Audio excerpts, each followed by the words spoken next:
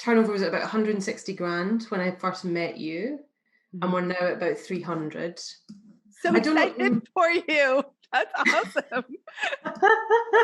Do you know what? I'm just so like blah. Right, because you're here. in, we're going to talk about that more, right? I'm going to reference this conversation because you're so in the weeds, you can't recognize that you pretty much doubled your revenue.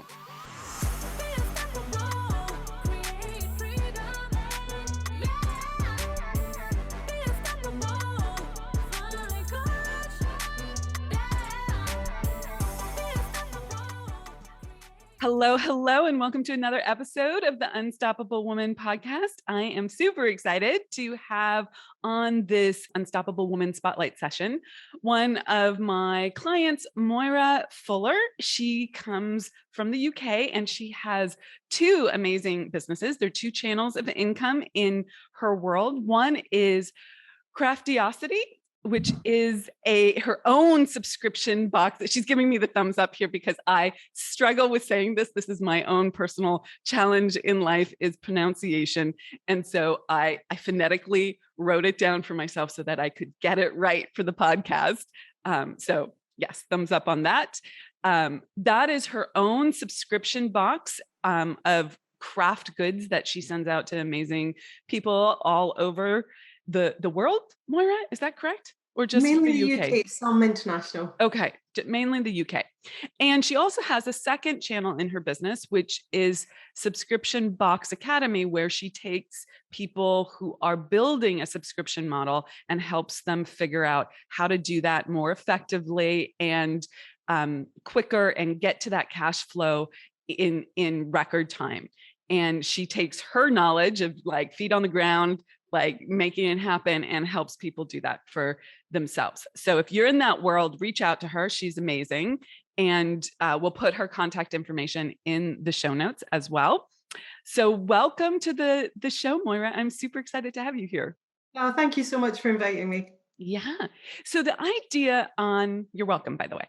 The idea on these spotlight sessions is to really help other women entrepreneurs understand what it's like, what the journey is like to, in your case, double your income in a year, which is freaking phenomenal. So just pulling back the curtains here, right before we hit record on this podcast, we were talking about, okay, what are the points? Like, do you need my numbers? And like, what do you want? And so she was pulling her numbers and we were just chit chatting before we went live.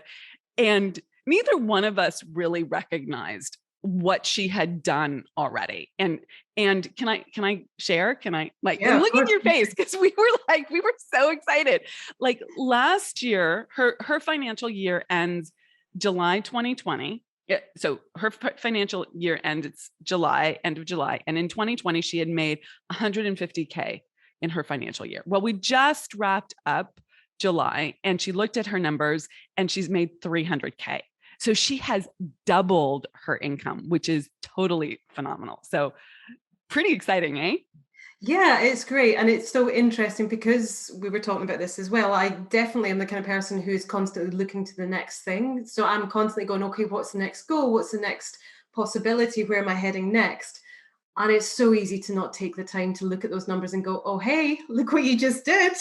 Yeah, it's a big deal. Not very many people double their income in year over year.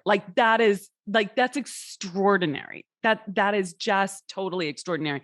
And it's good at every level. Like I work with women at all levels. So like when you go from 4K to 8K, that is amazing. Like that makes a huge difference in your lifestyle and how you feel, like what gets to happen, what kind of team you get to engage, right? It allows for so much. And yet it's an even bigger deal at those higher numbers because like that's not just an incremental $4,000 more a month. That's a significantly higher amount per month. And you freaking rocked it. I'm so excited for you. And I wish I had known previous to this podcast because I would have been like celebrating with you every single day. And to that point, and I just want to let you know that Moira is part of our Spirit of Wealth program, and we have been iterating on our process for really tracking our clients. And so this is triggering a whole thought process on how we need to track, not just because right now we're tracking like, are you increasing did your income go up this month? Right. And that's a yes, no, that's a binary question, but we're not actually asking by how much or what our starting point was. And people have these phenomenal results, and I need to get with the program, and that's going on my list today to execute on. So thank you for that. Okay, so back to the point of the podcast, which is like we want to highlight what the journey was like, what you learned, what are the nuggets for our listenership in terms of what they can take and really apply to their own lives. So if you could start off with when we first started working together, which was around August or September, somewhere in that range in 2020. Where were you at? What was the woman and the business like at 150K? Really, really different to now. It's amazing how much has changed in less than a year. And not just the business, but life as well. So at that point in time, I was living in a 2-bed flat and had the subscription box business, and it was growing, and it was growing quite quickly. But I didn't like, I love the strategy. I love the direction. And I had at that stage already outsourced the designing of the craft kits to someone else. So for me, it was about running the business rather than the kind of day-to-day detail of being in the business that I enjoyed the most. But as we were scaling and as we were growing, I was having to be a lot more involved in the business in order to make things happen, I guess. And at the same time, I'd started this other business coaching people on how to launch and grow a subscription box. So I'd already taken my box to 150K kind of turnover, that level. And I did it in a very lean way. So I work with a virtual team. I work with a fulfillment center. So I have no stock at home. And it's quite a different model from how a lot of people may think of a product business.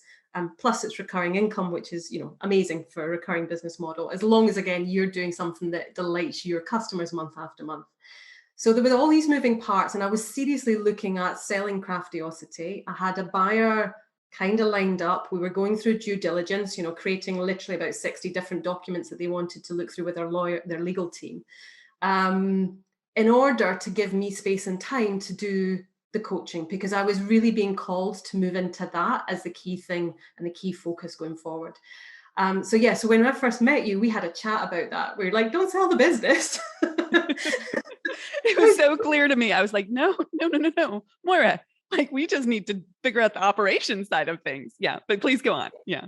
Well, I think actually the very first conversation, I can't remember if you directly told me, but your face or your expression directly told me what you thought of selling the business.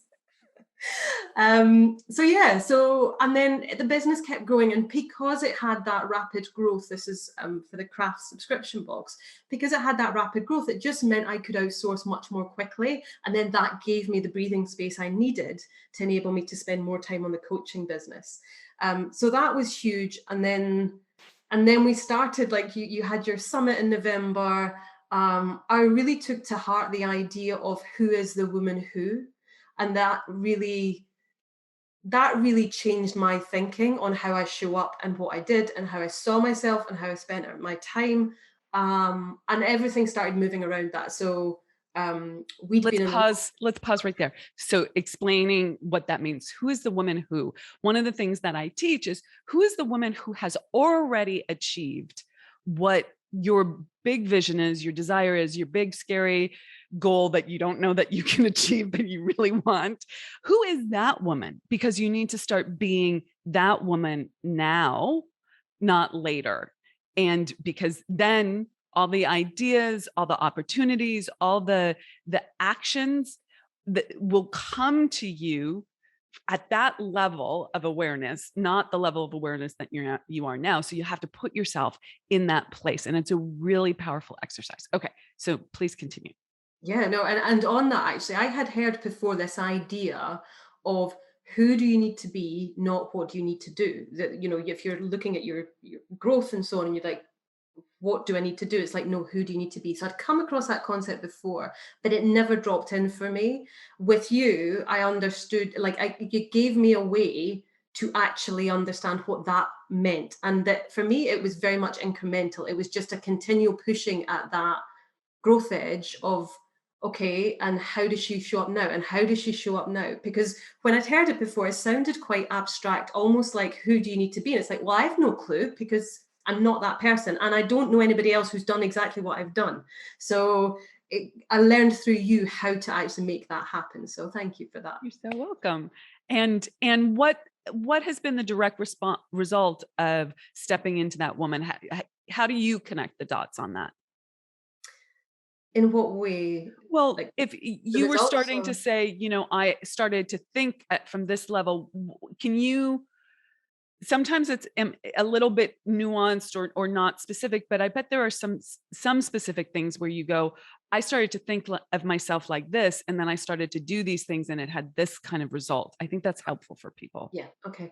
Two come to mind. One is, like, I liken it to looking out on the horizon, like looking literally where the horizon line would be. And that's where you currently are, that's where you currently think, that's where you currently see. And then something, now for me, like when you talk financials and you're like, what about this goal? And suddenly you're not looking at the horizon anymore. You're looking halfway up into space. And you're thinking, okay, what do I need to do there? And then the problems that you have or the challenges that you're coming up with, you're just thinking problem solving in a completely different way from horizon thinking to let's go stratospheric with this. And what does that look like? And the other big one for me, which was kind of funny because I did not expect when I joined your program that I'd be learning how to contour my makeup, which is not something that completely bypassed me. But you did all this because I'm in the UK and I wasn't showing up live for your for our retreats. You shared with us some content on how to, do a photo shoot and how to style yourself and how to do your makeup and so on. And it just got me started to think about, my Zoom background and how I looked on Zoom, which is kind of how I shop for anybody these days because we're still in relative lockdown. So so I went from like a white background with, like, I love IKEA, but with IKEA furniture to, I painted the walls. I got some nice furniture. I got a nice lamp. I learned how to do my makeup. I learned a different way of dressing that felt really good to me rather than kind of had been my default for years prior. So it's little things like that, but that changes how you then show up in your business. Absolutely. I am so glad you brought that up. So this is sort of, it seems tangential to business and yet has been so impactful for me in how I've grown my business and how I show up and who's attracted to me and who gets magnetized to me. And for the record, this is not about being perfect and like, like you have bad hair days still. I was just flexing with my hair. Okay. Like you still are, you're a human being, but we do this thing at our in-person Spirit of Wealth retreats, which are these transformational photo shoots. And because of COVID and because we have international people, we have people in Australia and New Zealand and the UK, and now we have people in Hungary and Germany and like Canada and all over the place, right? Not everyone, especially during COVID, is going to travel. So we were trying to figure out how to really have that experience for people. And we did this whole thing, which was so much fun to do. And, I was sitting there with my hair and makeup artist who's like putting makeup on me in person and showing people what she does and what you can do. And makeup may not be your gig, right? Was that you, Moira? Makeup was not your gig? I tended to always have mascara on, but that was about it. Yeah. It was kind of like making a minimum effort to show people I'm trying, but that was kind of about it. I didn't take much joy in it. Yeah. Do you take It felt joy like in it now? I do, yeah. It felt like something switched from it being something I did to meet the standards of other people to being something I was doing for myself. Oh, I love that. So that's a flip that switches, right? It becomes, I don't have to prove myself to anyone. It's, I love this. This is how I want to be. This is the vision of who I want to be. And again, that may not be wearing makeup. Okay. It just may not be for you, but there is something, one of my other clients, Lauren Wheeler, has a vision and she, like, if I'm wearing cute little dresses that are sexy and like make me feel all femmy, her thing is like, I want to be wearing really nice jeans, and a white linen shirt, right? That's her uniform. That's what makes her feel amazing. So it's not a ones, and she would never put on makeup. Like that's not her thing. But she chose what being the CEO of her company felt like and how she would radiate that way. So thank you for bringing that up. I think it's an important piece. And what else has changed? I think you started to uh, talk about your 2-bedroom flat, and then I interrupted with some concept that I wanted to emphasize. But can you keep that, finish that Yeah, thought? Yeah. and I'm not sure you know this story, but we obviously were talking a lot about law of attraction and bringing in the things that we want into our lives. And prior to the very first lockdown, we put our flat in the market. Some people had come to see it. Nothing had happened. Lockdown happened. We took it back off the market, and my husband was shielding. He's extremely vulnerable to the virus, so it really locked down our ability to do things. And we had a chat once, kind of autumn, about the time soon after we were talking, and said, let's put it back on the market. The relative risk is people coming around to have a look is worth the possibility of us actually being able to move to a nicer home. And then literally 2 days later, we hadn't even gotten the market yet. We had a knock on the door from someone who'd seen it pre-lockdown saying, is your flat still on the market? We'd like to buy it now, please. That's so fantastic. So you took the idea, you said yes to it, but you had these concerns, and the universe met you like in 2 freaking days. I freaking love that. I Yeah, love yeah, that. we Awesome. absolutely did. And then we found this extraordinary house that far surpasses anything that we'd seen prior, that we thought, oh, we'd love that house. Oh, no, it's not happening. Oh, we'd love that house. No, it's not happening. So we got this amazing house. There were a few wobbles to get there, as there often are when it comes to being in a chain, but we moved in December. So we started this year in the new home, Okay. which was phenomenal. I love it. I love it. Congratulations. That's Thank you. amazing. And your Thanks. husband likes the new, like you're both happy there. It's I awesome. mean, yeah, we adore this house. It's a Oh, forever home. I love it. I love it. I love it. I love it. Okay. So you brought up the law of attraction, and and I think my listeners know if they've been listening for any period of time to the podcast. If this is your first podcast, welcome to my world. But that I teach from, I do all the business strategy. We talk marketing, we talk scale, we talk business, channels, all of that sort of stuff. And I use the lens of universal law to take the confusion out of how to make decisions in this world and to show up and go forward. So you mentioned the law of attraction.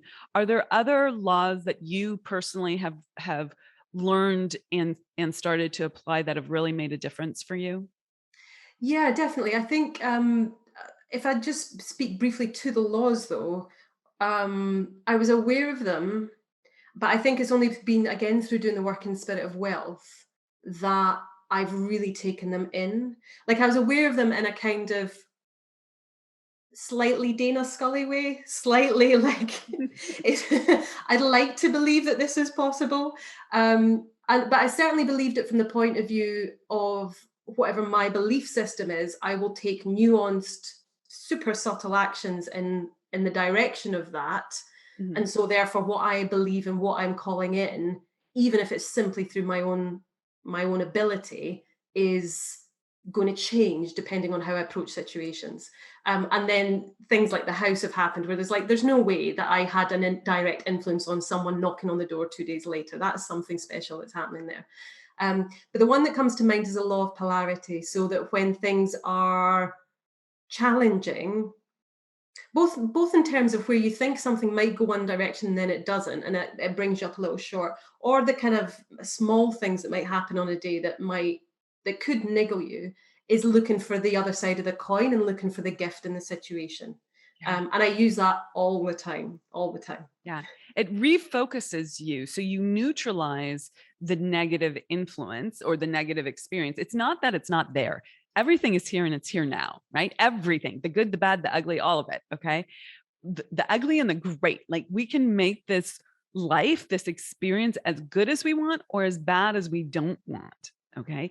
And when you understand that opportunity, that golden nugget, that the universe is for me, is here right now in this exact experience, and you actually look for it and find it and act on it, it changes everything. It just is amazing how it keeps your momentum going, and really allows you to stay the course on the hard things in business, right? I think that's so true, especially in business, because there isn't a roadmap. No one is saying to you, "Hey, here's how you do exactly this thing," and that's part of the fun of being in business, is that it's an adventure. You get to learn as you go, and that's the fun of it. That's the joy of it. But it also means there's times when it's frustrating, or it doesn't go the way you wanted, or you kind of feel like you're pushing and it's not happening. Being able to reframe it as, okay, where's the gift in this? It just keeps you on that positive mental space rather than letting you spiral down into the negative, and that then pulls you completely off course for however long it takes you to get back on course again. Yeah. So would you say that you are have you noticed, or how would you describe your experience with getting back on course? Because this is a way, like I talk about closing the gap on time on decisions, but it's closing the gap on time on everything, like how we move through the challenges that exist in business. So can you talk a little bit about where you were at with that and where you are now, so that people understand concretely what that looks like? Yeah, I think again, it's a little bit like looking retrospectively at how much turnover has grown. In that, it's only when I look back, I go, oh, yeah, things are just happening and I'm not getting sucked into any drama as I maybe used to be. But it quickly, that becomes your normal. So you kind of forget what it was like to be sucked into drama or to be pulled down. And I think just the speed of growth is the thing that actually is evidences that that's happening. Is that it's not one big thing. This doubling turnover hasn't happened because of like one or two things. It's a lot of micro things that have happened to compound to that being the result of it. Yeah. And those micro things come down to how you are in the micro moments, and how you handle things in those micro moments. But as we've said before, it's not all poppy dogs and rainbows, because recently we've been talking about this. I was going through. I've restructured how my coaching business is going to be, the kind of business model of it. And I had quite a, what I think of as like a gnarly period. And I've had this before. Again, when I pivoted from one business to the subscription box, where to me it's like tectonic plate shifting. Like I know the landscape is changing, and I know that I will eventually get to a point where I understand what the new landscape will look like. But in that movement, in that time in between, it's not much fun. And again, I've just really appreciated having the container of the Spirit of Wealth to just remind me that I am in control, even if I'm not entirely clear on the path ahead. I'm entirely capable of whatever that path will be, and it will work itself out. And sure enough, it has. I've now got a clear direction, and we're starting to get a bit of traction again. I love that. I love that. So I think that's such a great example of how, one, it's not all, like you said, it's not all like rainbows and unicorns and, like happy all the time. There are periods of time where it's challenging. And one of the things that I'd like to reflect back to you is that you really started to trust yourself, right? The thing was like, there was a should, and then there was like, this is my intuition, this is my divine download, this is what I know to be true. Can I make a decision in that path, in that direction? And you did, and everything, it's just like everything calmed down and fell into place. And that's an important piece of like stepping forward as an entrepreneur, is learning how to trust yourself, right? Yes, guidance from mentors. Yes, guidance from your mastermind. Yes, looking to see what other people do. All of that is very important. But ultimately, as an entrepreneur, you need to learn how to trust yourself and be resilient in the decisions that you make, right? Like that decision, it wasn't working for you, and you had to be resilient around that and not make yourself wrong or bad or guilt or shame, like that was a waste. It's like, just here we go.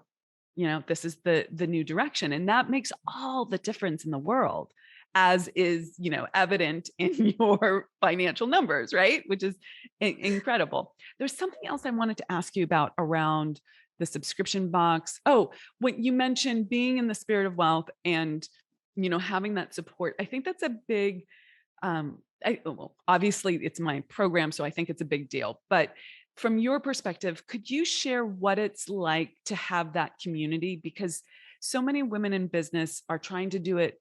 We grow up with this DIY, do it alone. We're not going to be successful if we don't own all the hard ourselves and all of that. And here you are in this community of other entrepreneurs. How would you describe what's happened for you and that experience? It's really interesting actually because instinctively I'm not someone who shares in Facebook groups all the time. That's not my natural way of being. I kind of crack on with work and so on, and I'll occasionally comment, or I'll occasionally post, but I'm not someone who's hugely active and chatty in Facebook groups. However, with the Spirit of Wealth, there's a number of things that happen. There's the regular calls with you. There's a kind of group calls. There's the summit days, and there's a group. So there's a kind of ongoing touch points with this community of women. And it's that thing where we're all attracted to you. That's why we've come in and we're working with you.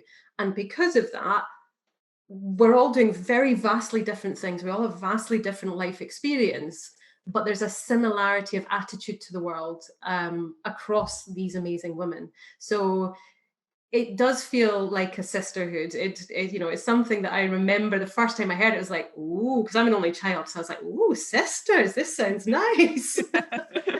And it does feel like that. But what's nice is, again, because it's a year-long program, you don't feel like, okay, we've got to talk to each other because we're together for 8 weeks and then we're off doing other things, or it's a 3 months. It's like we are building strong relationships with each other through the program. And there's a number of people that I will chat with, or will jump on a call, or just pick up with, or it's just simply giving encouragement and paying attention to what's going on with other people on an ongoing basis. But it doesn't have to be heavy touch. And that's quite important to me, as much as I kind of feel sometimes like maybe I should be more active and be more present in things. It's not necessary. There's already that relationship there with these other amazing women that you've drawn together. Here's the thing. Everyone in the program is a busy entrepreneur, right? No one is like, hi, I'm sitting on the beach drinking pina coladas, right? And staring at my belly button. People go on vacation, people have downtime and time off, but fundamentally, these are women who are growing their business. They want the connection, but it's not it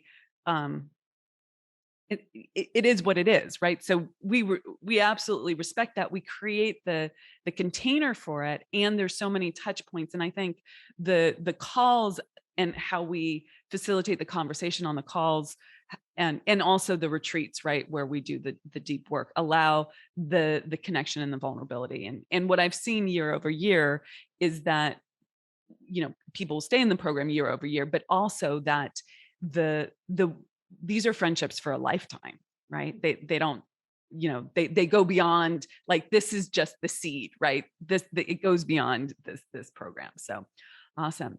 Anything else you want to share about the journey that you have been on in the last year that you think is really poignant or important, or you haven't touched on yet? I think it's part of it is also that it goes in waves. So there will be waves of growth, and then there will be waves that feel a little bit quieter or a little bit more, I guess, nurturing is the word that's coming to mind. And then there'll be another growth spurt again, and then there's another wave. And one thing I forgot to mention about the group is that it's hugely inspiring to see what other people are doing and cheer on other people's successes, because there's an element of, well, if they can do it, and I know they're normal because I've spoken to them, they're not, they're another normal human being. Right. They can do it, I can do it. So, or some people will really go into depth and share actually what they're doing. And it's like, oh, even though completely different industries and businesses, it's like, oh, that's interesting. I could apply that like this to my business. So I think for me, it's been about having the container in which to continually come back to. And that's something that even when I'm not active in the group or we don't have a call, I'm using the creation playbook that I look at every morning as a compass. So it continually brings me back to where I want north to be. And it's so easy to go for a wander away from north if you're not paying attention to it.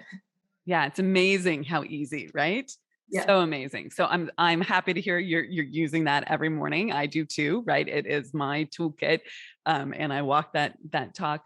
And when you were talking, it made me think about the business incubator that we've started and the tactics that we're doing in the Facebook group that are uh, less on the laws and the mindset piece and more on the tactical business side of things. And of course, I've always brought that into the Q&A and whatnot, but we've carved out separate space for that.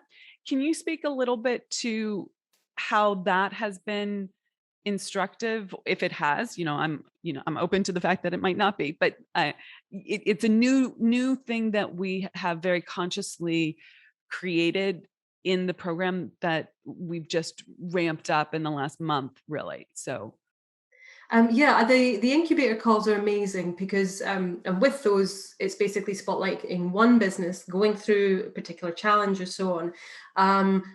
But then we're all encouraged to take notes and get really clear on what are our actionable takeaways from the conversation. Again, even though it could be a completely different industry and model. And then we're all chatting in the Zoom chat box about the things that we're picking up, which again is compounding the transformation or the how something in one industry could be applied to different industries or to different business models or different stages of business. Some people are turning over $5,000 a month. Some people are turning over huge amounts of money, right, 150. that I'm aspiring to. So Right. yeah, so it's really interesting to see that and to have the space and time to think about it, because again, we're aware of what other people are doing, but actually having carved out time to go through, here's practical, tactical things that you can do for your website, in your positioning, in the products or the services that you provide,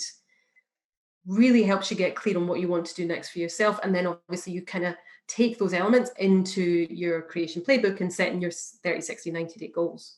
Yeah, I love that. So that's great feedback for me. Thank you. I'm doing a little market research here on the podcast. My vision of this, and the reason I think it works so well, is that the women in the program are self-starters. These are not people who in general need a lot of hand holding, and you can have a deep dive into someone's business and flesh out a business plan, flesh out a marketing plan, flesh out, a packaging or, a business, model, different new business model. And those listening can be taking notes, and then they can apply it to their business. The business incubator is not about a formulaic, do this, then do this, then do this, then do this, then do this, because, there are commonalities, but you have a unique business, and it requires that you're thinking at a higher level and able to translate and make that. I mean, we facilitate that and help connect the dots, but I think that's an important piece, that this doesn't work if you just want, the simple checklist to do, right? And most of the women who are at your stage of business, they're already, you already own your business, right? You already are fully, you're the CEO of your business already. And this is about like just putting a little bit of fuel on it, right? Like just taking it to the next level. So Definitely. awesome. It's easy to be in the midst of your business, that pulling up and stepping out and away from it to see a different way of looking at it. As you say, just completely different for every single person, but that act of looking at it in a different way can be hugely helpful. Yeah, I love that perspective. It's such a big thing. Totally. Well, thank you so much, Moira. Anything that you want to share about your business before we do a wrap up, where people can find you? Let's say they have a subscription box, or they're interested in a subscription box, or they're in the UK and they're a crafter and they want to, like, oh my God, she has a craft box, I want that. Where do they find you? The subscription box is Craftiosity, which is craftiosity.co.uk. As I say, we don't currently ship to US and Canada, but we do ship the UK and various other countries, so do check that out. And then with the subscription box, if you're looking to launch or you have launched and you're looking to grow your subscription box, I do various trainings and a mastermind program for that. And that's just at my name. So it's www.moirafuller.co.uk. Moira is spelled Moira. That's right. And then Fuller is F for Foxtrot, Uller. Perfect. I love it. Well, thank you again. Super, super great insights. I appreciate it all. And I hope the listenership loves it and reaches out to you if they want your goodness in this world. Okay. Thank you.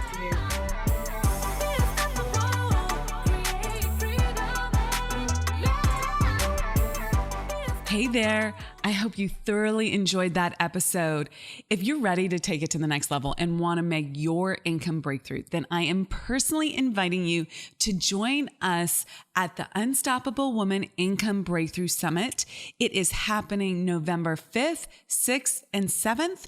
And I would love to have you there, especially if you're someone who is high achiever, but hitting a block. I want to show you how to master your marketing, master your mindset, and master scaling your business and growing it to the next level. This is a 3-day immersive event. I will be the only one teaching you, and you'll get me for 3 full days. This is the place that people make their breakthrough, and I would hate for you to miss it, and I would love for you to be there. So please check it out at joinamiralive.com, and I'll see you there.